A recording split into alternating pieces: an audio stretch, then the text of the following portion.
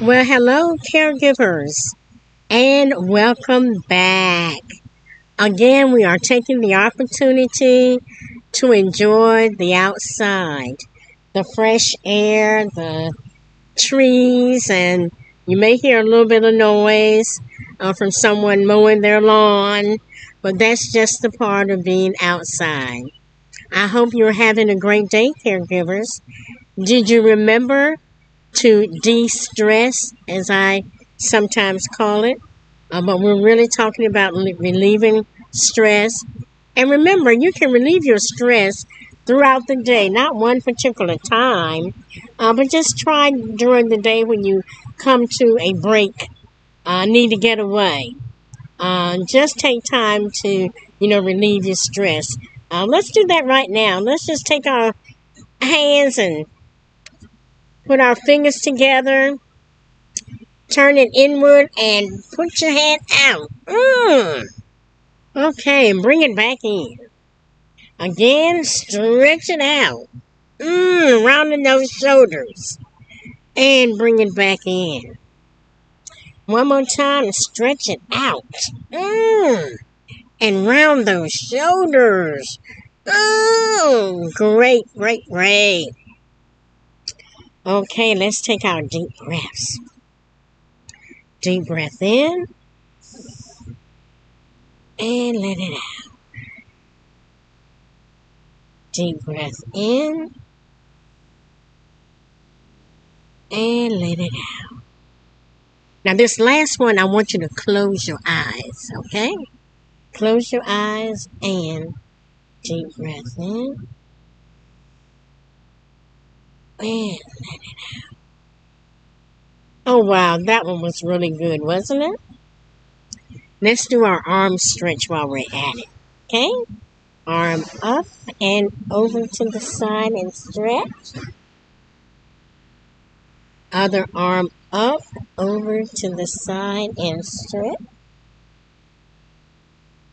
One more time. Arm up and over and stretch. And the other side up. Arm up and over and stretch. Now remember that these are exercises that you can do with your spouse, because we've been talking these past few sessions about caregiving for a spouse. And as I've told you before, I was caregiver for my spouse for 18 years. And he really enjoyed, the time that we spent doing these exercises. And we only did 5, maybe 8 minutes at the most. So it's not like you have to do a strenuous 30-minute aerobic exercise. Just some little things, the breathing and the stretching, go a really long way. And even if I wasn't feeling up to it, sometimes just the mere fact that I did them really gave me energy to continue.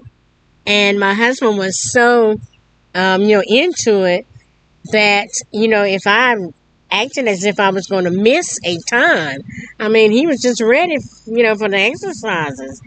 So that those exercises help your spouse as well, when you're in that caregiving role. And so that relieves their stress of having to have someone care for them. Today we're going to end our sessions talking about some of the challenges that we face when we're caring for a spouse. And this last session is going to be talking about self-care. And we've talked about self-care, along the way. But it really is important to remind you that because you give and give and give, you have to take care of yourself. Because if something were to happen to you, who's going to care for that person? There may be somebody available, but they probably aren't going to give the kind of care that you would. So you want to be able to take care of yourself so that you can maintain your health and be able to perform the responsibilities that come before you.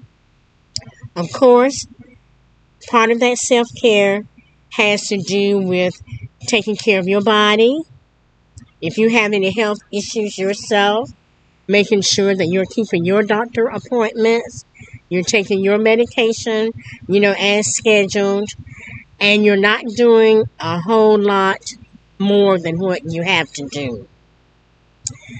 Self-care also involves asking people to help you with your caregiving responsibilities. Yeah, as I said, they may not do it like you do. And I know I had to sometimes, remind my husband, yeah, people are here to help me help you. And no, they're not going to do it like I would because I know you better. But take the help that is given to you from people. And don't be hard on somebody because they don't do it like you, because they're not going to do it like you. You have your way of doing things, they may have their way of doing things. You can offer some suggestions as far as what will work better. And that's a better way to phrase it than say, no, no, no, you're doing that wrong. That's not right. Just tell somebody a suggestion that they might want to try that works for you, that you've tried, and ask them to try and see if it will work for them. But don't try to point out, you're not doing it right. Just offer some suggestion as another way that they can do something. The bathing, the feeding, the dressing, whatever. Okay? Also, a part of that self-care is looking for resources that will give you a long time break. We talked about that respite, where someone can relieve you for half a day, a whole day, weekend, whatever.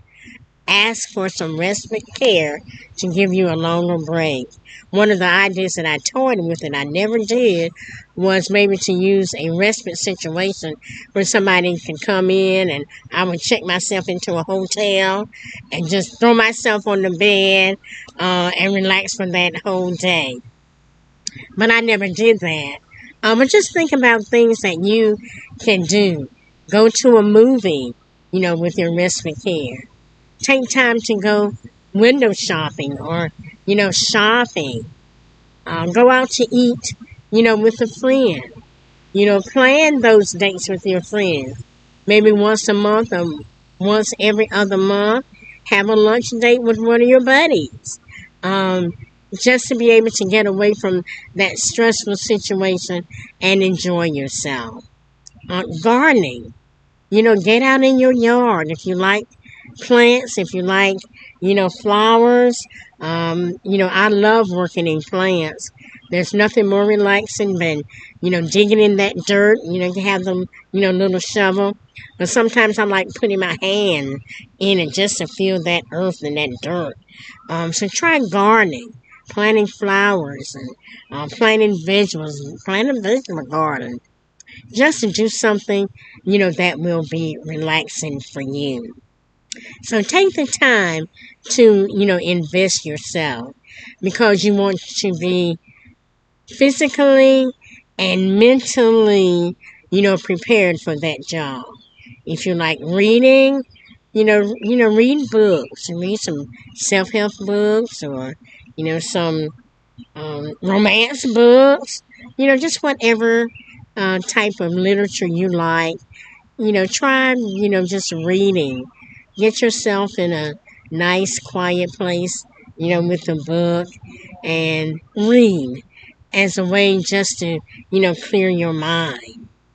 And if you're a member, of a church, don't neglect, going to your church. Use that respite, to go to church. That's what I did when the aide would come in on Sundays because I did have someone to help on Sundays. And that gave me an opportunity to continue my involvement, with church.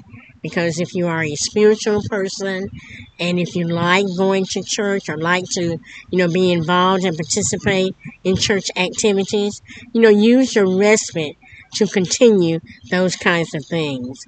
If you're a part of an organization and they have meetings, be sure and continue with that. So, don't neglect the things that you like to do because you're caring for your spouse.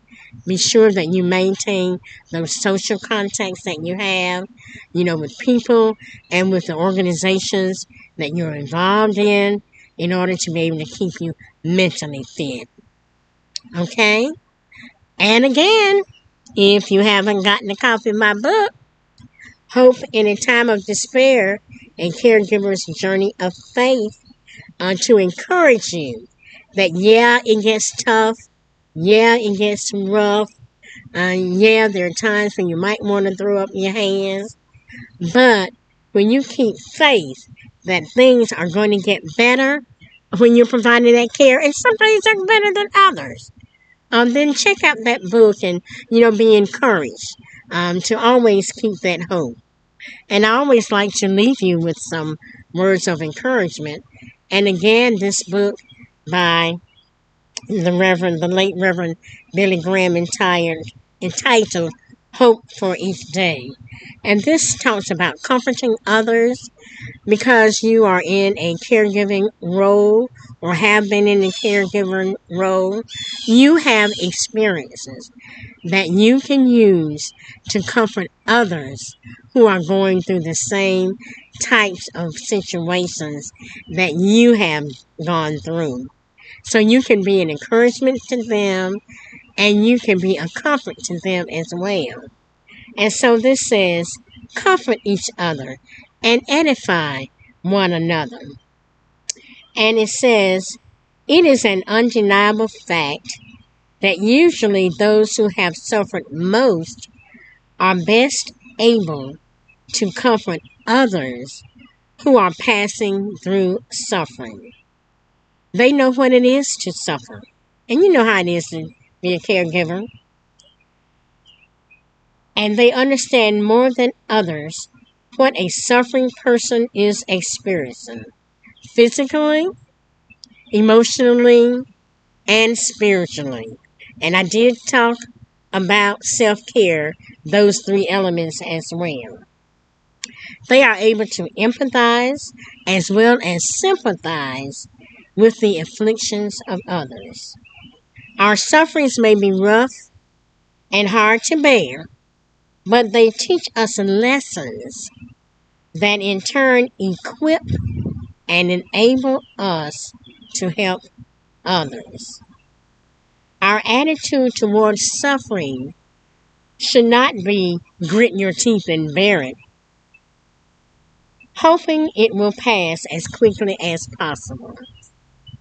Rather, our goal should be to learn all we can from what we are called upon to endure, so that we in turn can comfort each other and edify one another.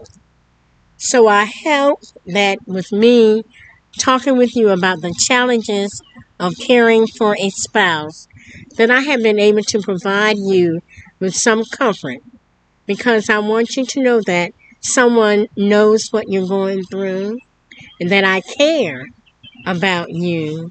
And I want to make sure, that your experience can be a rewarding one in spite of the difficult tasks that you have to perform sometime.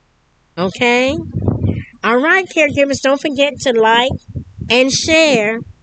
And our next series, we're going to be talking about caregiving with your parents. I know some people have, asked me about um, some issues that they've had when they're caring for their parents. So we're going to look at caregiving for our parents. We just in it with our spouse. So we're going to talk about with our parents. So tune in next time. And I've so enjoyed working with you. Don't forget to send me your comments. Let me know if there are some things that you'd like for me to talk about or some ways to improve, my presentations to you. I'm open for suggestions. Just be nice, okay? Have a great day, caregivers. All right, caregivers, let's take a break. Bye-bye.